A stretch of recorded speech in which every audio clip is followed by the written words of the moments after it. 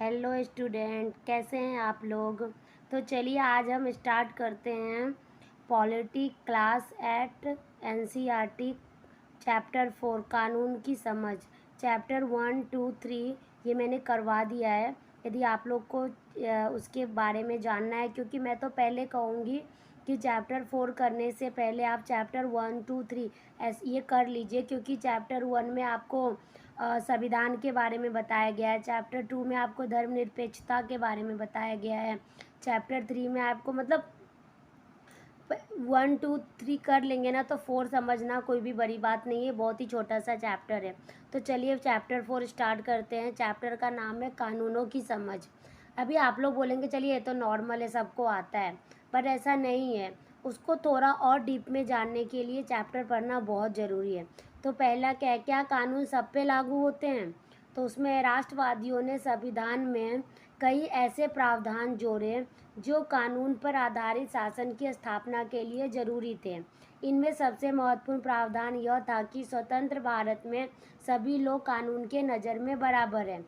जब आप चैप्टर 2 पढ़ेंगे तो वो धर्मनिरपेक्षता के बारे में बताया गया है। तो उसमें भी बोला गया है कि हमारे पास संविधान में ऐसा कानून है जिसमें सभी लोग बराबर है। कोई भी जन्म, कोई भी धर्म, कोई भी जाति, काला गोरा, कोई भी, सभी ना कानून के गरीब अमीर सभी कानून के नज़र में बराबर होंगे। हमारा कानून धर्म, जाति और लिंग के आधार पर लोगों के बीच कोई भेदभाव नहीं करता है। कानून में ऐसा बताया गया है कि नहीं करता है, बट फिलहाल तो होता नहीं है। ये मेरा अपना पर्सनल थॉट है कि धर्म मतलब भेदभाव तो हो ही जाता है, पर नहीं करना चाहिए। सेकेंड पॉइंट है औपनिवेशिक शासन के दौरान कानून पर आधारित व्यवस्था जैसे जैसे परिपक्व होती गई, जाति के आधार पर सजा देने में भेदभाव का चलन खत्म होता गया।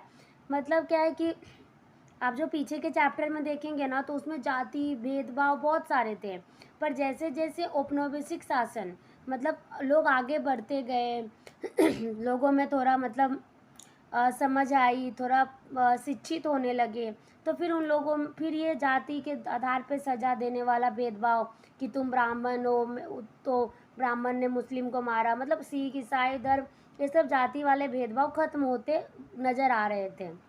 बहुत सारे लोग मानते हैं कि हमारे देश में कानून के शासन की शुरुआत अंग्रेजों ने की थी। इतिहासकारों ने इस बात पर काफ़ी विवाद हो रहा है, मतलब क्लियर नहीं है कि कानून की शासन की शुरुआत किसने की थी। 1870 का राजद्रोह एक्ट अंग्रेजी शासन के मनमानेपन की मिसाल था। इस कानून में राजद्रोह की परिभाषा बहुत व्यापक था। इसके मुताबिक अगर कोई भी व्यक्ति ब्रिटिश सरकार का विरोध या आलोचना करता था तो उसे मुकदमा चलाए बिना ही गिरफ्तार किया जा सकता था।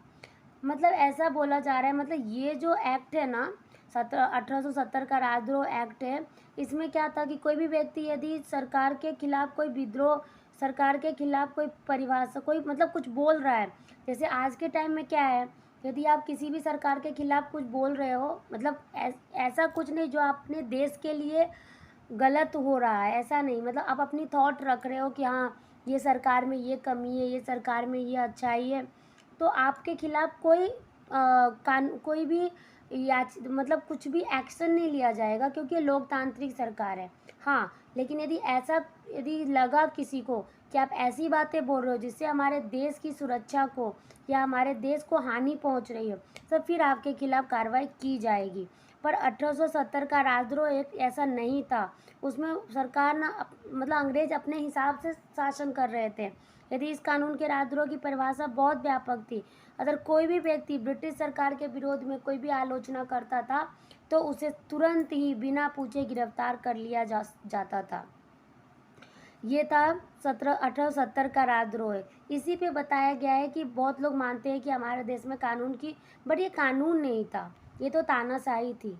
ये इसको कानून नहीं बोल सकते, ये तो तानाशाही बोल सकते हैं इसको। तो चलिए नेक्स्ट देखते हैं अभी नोट 1, राजद्रोह क्या होता है। जब सरकार को ऐसा लगता था कि उसके खिलाफ प्रतिरोध पैदा हो रहा है या विद्रोह किया जा रहा है तो उसे राजद्रोह कहा जाता था। मतलब यदि आप सरकार के खिलाफ कोई प्रतिरोध पैदा कर रहे हो या सरकार का विरोध कर रहे हो तो उसे राजद्रोह कहा जाता था। अभी नेक्स्ट देखते हैं क्या है। ऐसी स्थिति में सरकार को किसी की भी गिरफ्तारी का सोच सबूत ज़रूरत नहीं था। मतलब क्या है कि जब ऐसी स्थिति रहेगी, मतलब जब सरकार को ऐसा लग रहा है कि हाँ आप ऐसा कुछ काम कर रहे हो जिससे सरकार मतलब देश का कुछ खराब हो रहा है, उसके विरोध में काम कर रहे हो, तो बिना किसी सबूत के सरकार आपको गिरफ्तार कर सकती है, बिना किसी ठोस सबूत के। जैसे आप कहीं पे दंगा करने की कोशिश कर रहे हो या कहीं पे आप भीड़ जमा करके कुछ गलत करने की कोशिश कर रहे हो, तो सरकार आपको तुरंत ही गिरफ्तार कर सकती है। उसके लिए किसी भी चीज़ की उनके सबूत की ज़रूरत नहीं है, पहले गिरफ्तार करेगी बाद में छानबीन करेगी। नेक्स्ट है 19वीं सदी के आखिर तक भारत में कानूनी पेशा भी उभरने लगा था। ऐसे भारतीय नागरिक विशेषज्ञ अपने देश के लोगों के अधिकारों की हिफाजत के लिए कानून का इस्तेमाल करने लगे। इस प्रकार औपनिवेशिक शासन के दौरान कानून के शासन के विकास क्रम में यहाँ के लोगों कई तरह की स्थापना योगदान दे रहे थे। मतलब जैसे जैसे अभी देखिए जो अंग्रेज़ों का जो कानून था वो तो बहुत ही तानाशाही वाला कानून था, पर 19वीं सदी के आखिर तक भारत में भी कानूनी पेशा उपजने लगा। मतलब अपने लोगों के अधिकारों की हिफाजत करने के लिए यहाँ भी कानूनों का इस्तेमाल होना शुरू हो गया था विकास क्रम में। मतलब सरल से जटिल, मतलब बोलते हैं ना बेसिक से एडवांस, मतलब शुरू होने लगा था। तो कोई आपसे पूछे कि अपने भारत में कानून की जो पेशा है, मतलब कानून को जो यूज़ करने का इस्तेमाल करना कब से शुरू हुआ, तो आप बोल सकते हैं 19वीं सदी। ठीक है, नेक्स्ट अभी नोट दूसरे में देख लीजिए, रॉलेट एक्ट अंग्रेजों के मनमानेपन का एक और उदाहरण। एक आपने देखा उसके पीछे राजद्रोह एक्ट था और दूसरा है रॉलेट एक्ट। रॉलेट एक्ट के मनमानेपन का एक और उदाहरण है अंग्रेजों के। इस कानून के जरिए ब्रिटिश सरकार बिना मुकदमा चलाए लोगों को कारावास में डाल सकती थी। यह आपने जब हिस्ट्री पढ़ा होगा तो उसमें देखा होगा। तो इसके ना मतलब हिस्ट्री का जो आप चैप्टर पढ़ेंगे ना, तो हिस्ट्री के चैप्टर में भी एनसीईआरटी में दिया हुआ है रॉलेट एक्ट के बारे में कंप्लीट इन्फॉर्मेशन है। तो इसलिए मैंने ये वाले पॉलिटी के नोट्स में ना नोट करके मतलब दिया हुआ है छोटा सा, आपको इसलिए दे दिया गया है क्योंकि कानून है ना, तो मतलब ये बताया गया है कि अंग्रेज के ज़माने में भी कानून थे, बट उनके कानून कितने तानाशाही वाले थे, सिर्फ हमारे भारतीयों के ही विरोध में रहते थे, मतलब हमारे ही विरोध करने के लिए उनके कानून रहते थे। पर आज का हमारा जो भारतीय कानून है वो सिर्फ भारतीयों की रक्षा के लिए, उनके अधिकारों के लिए बनाया गया था, ना कि उन पर तानाशाही करने के लिए।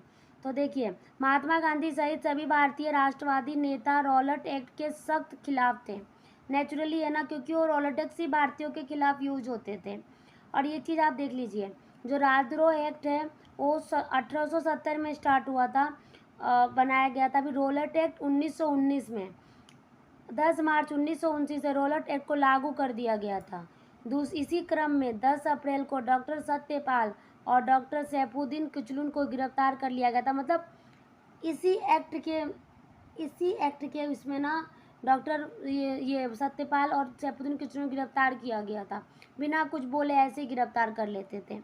इन नेताओं की गिरफ्तारी के विरोध में 13 अप्रैल को अमृतसर के जालियाबाग में एक सभा का आयोजन किया गया। जनरल डायर ने गोली चलाने का आदेश दे दिया, जिससे हमारे हजारों लोगों की मौत हो गई। ये तो आपको पता ही है, ये जो जालियाबाग हत्याकांड है इसमें कैसे हुआ, तो ये हत्याकांड क्यों हुआ था, क्योंकि जो रॉलेट एक्ट मतलब लागू किया गया था 1919 10 मार्च को, उस पर हमारे जो नेता लोग हैं, गांधी जी, जितने भी हमारे जिन्होंने हमारे देश को आज़ाद करवाया, उन लोग ना उस एक्ट के खिलाफ थे। क्योंकि उस एक्ट को ना हम कानून नहीं बोल सकते थे, क्योंकि वो बिना कुछ बोले समझे गिरफ्तार कर लेते थे। तो उसी एक्ट का विरोध करने के लिए जालियाबाग में एक सभा का आयोजन हुआ था। और आपको पता है इसके पहले वाला एक्ट क्या था, राजद्रोह एक्ट था। उस एक्ट का क्या था कि यदि कोई भी अंग्रेज शासन के खिलाफ कुछ भी बोलता है तो डायरेक्ट उसको गिरफ्तार कर लेंगे। पर ये जालियाबाग में तो इन्होंने हद ही कर दिया। जालियाबाग में तो जनरल डायर था, मतलब उसका मेन, उसने क्या किया, गोली चलाने का आदेश दे दिया और उससे क्या हुआ, हजारों लोगों की मौत हो गई। इसी के बाद आप हिस्ट्री में पढ़ेंगे कि गांधी जी ने अपना जो आंदोलन, पहला आंदोलन स्टार्ट किया था, जब उन्होंने देखा कि अरे हमारे अहिंसा का आंदोलन हिंसा में जा रहा है, उन्होंने इस आंदोलन को वहीं पे रद्द कर दिया था। लेकिन ये वाला जो मतलब जालियांवाला हत्याकांड बहुत बड़ी हमारे लिए, अभी भी हमें याद आता है तो रोंगटे खड़े हो जाते हैं। अभी हमारा नेक्स्ट टॉपिक है कि नए कानून किस तरह बनते हैं। आमतौर पर सबसे पहले समाज के विभिन्न समूह किसी खास कानून के लिए आवाज़ उठाते हैं। यह संसद की जिम्मेदारी है कि वो लोगों के सामने आ रही समस्याओं के प्रति संवेदनशील हो। अभी देखिए, ये हमारे भारत के बारे में बताया गया है, ये अंग्रेजी शासन का नहीं है। हमारे भारत में जो नए कानून बनते हैं, जैसे अभी कोई भी कानून, जैसे आप अभी देखेंगे कि ट्रिपल तलाक को रद्द कर दिया गया, तो ऐसे नहीं रद्द होता है कि हाँ बोल दिया रद्द हो गया, ऐसे नहीं होता है। उसके लिए बहुत कुछ किया जाता है। उसके लिए सबसे पहले बैठ के भी सभी ग्रुप में उसके लिए बात किया जाता है, फिर आवाज़ उठाया जाता है, फिर बहुत सारे लोग, मतलब बहुत सारी चीज़ें होती है जो हमें पता नहीं होती, हमें डायरेक्ट रिजल्ट पता चलता है। अभी नोट 3 देखिए क्या है। जब परिवार का कोई पुरुष सदस्य घर की किसी औरत के साथ मारपीट करता है, उसे चोट पहुंचाता है या मारपीट अथवा चोट की धमकी देता है, तो सामान्यतः इसे घरेलू हिंसा कहा जाता है। ये सब तो आपको पता होगा। घरेलू हिंसा कानून 2005, ये आप याद रखिएगा। घरेलू हिंसा कानून 2005 में महिलाओं की सुरक्षा की परिभाषा ने घरेलू शब्द की समझ और अधिक व्यापक बना दिया। अब ऐसी महिलाएं भी घरेलू दायरे का हिस्सा मानी जाएगी जो हिंसा करने वाले पुरुष के साथ एक ही मकान में रहती या रह चुकी है। पहले कैसे था ना कि सिर्फ ना घरेलू हिंसा जैसे ही बोलते थे तो मतलब पति और पत्नी इन दोनों को ही माना जाता था, बट ऐसा नहीं है। अब उसके बाद क्या कानून बनाया गया कि यदि कोई पुरुष अपनी माँ को भी मारता है, बहन को भी मारता है, मतलब जो उसके साथ उस घर में रह रही है या पहले से रह चुकी है और उसके हिंसा के कारण छोड़ चुकी है, उसको भी घरेलू हिंसा में काउंट किया जाएगा। ये नोट 3 है, हाँ 2 नहीं है, ठीक है, क्योंकि 1 हमने देखा, ये नोट 3 है। महिला संगठनों ने अपनी मांग स्थायी समिति के सामने रखी। दिसंबर 2002 में स्थायी समिति ने अपनी सिफारिशें राज्यसभा को सौंप दी और इन सिफारिशों में लोकसभा भी पेश हुआ। मतलब जो 2005 में जो घरेलू हिंसा का कानून हुआ 2002 से ही स्टार्ट हो गया। आप समझ लीजिए कानून बनाने में कितना लंबा समय लगता है। 3 साल का समय लगा घरेलू हिंसा का कानून बनाने में। 2005 में संसद के सामने एक नया विधेयक पेश किया गया। दोनों सदनों में मंजूरी मिल जाने के बाद उसे राष्ट्रपति के पास स्वीकृति के लिए भेजा गया। 2006 में घरेलू हिंसा महिला सुरक्षा कानून लागू हुआ। ये दीवानी कानून, अभी एक फौजदारी कानून होता है जो आप नेक्स्ट चैप्टर में पढ़ेंगे। दोनों में डिफ्रेंसिएशन क्या होता है वो भी देखेंगे, पर यहाँ सिर्फ इतना देख लीजिए कि एक दीवानी कानून होते हैं, एक फौजदारी। दीवानी पैसे से रिलेटेड होता है और फौजदारी मारपीट से रिलेटेड होता है। इसके बारे में कंप्लीट इन्फॉर्मेशन आपको चैप्टर अभी 4 नहीं, हाँ चैप्टर अभी 4 है ना, 5 में आप देखेंगे। अभी नोट 4 देखिए। जिन औरतों के साथ हिंसा या दुराचार होता है उन्हें आमतौर पर पीड़ित माना जाता है।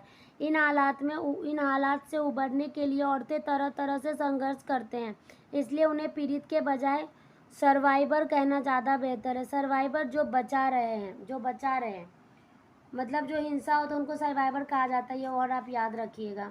अभी और लोकप्रिय और विवादास्पद कानून। कई बार संसद एक ऐसा कानून पारित कर देती है जो बेहद अलोकप्रिय साबित होती है। ऐसे में अदालत में जा सकता है। यदि अदालत को ऐसा लगता है कि वह कानून संविधान के विरुद्ध है तो उसमें संशोधन कर सकती है और उसे रद्द कर सकती है। बहुत सारे ऐसे कानून होते हैं जो लोगों को पसंद नहीं आते हैं, जैसे अभी ट्रिपल तलाक भी बहुत सारे लोगों को पसंद नहीं आए, तो वो जाता है संसद, मतलब कोर्ट में जाता है, बट अदालत में जाता है, बट अदालत पहले उसकी पूरा समीक्षा करती है, पूरा छानबीन करती है। यदि अदालत को लगता है कि हाँ वो सही है तो उसको सही कर देती है, नहीं तो फिर गलत कर देती है। ठीक है, तो चलिए आज के लिए इतना ही था। आपको इस चैप्टर में कानून क्या है, कानून कैसे काम करते हैं, उसकी समझ दिलाना था। अभी नेक्स्ट चैप्टर आपका रहेगा न्यायपालिका का। तो चलिए मिलते हैं नेक्स्ट चैप्टर में। अच्छा लगे तो please like share and subscribe कीजिएगा, क्योंकि आप सब्सक्राइब करेंगे तो ही मुझे थोड़ा मोटिवेशन मिलेगा और मैं आगे दूसरा चैप्टर या आगे का वीडियो बनाऊंगी और मैं दूसरे सब्जेक्ट का भी वीडियो बना सकती हूँ यदि मुझे लगेगा कि मेरे वीडियो से आपको कुछ फ़ायदा हो रहा है तो चलिए बाय बाय।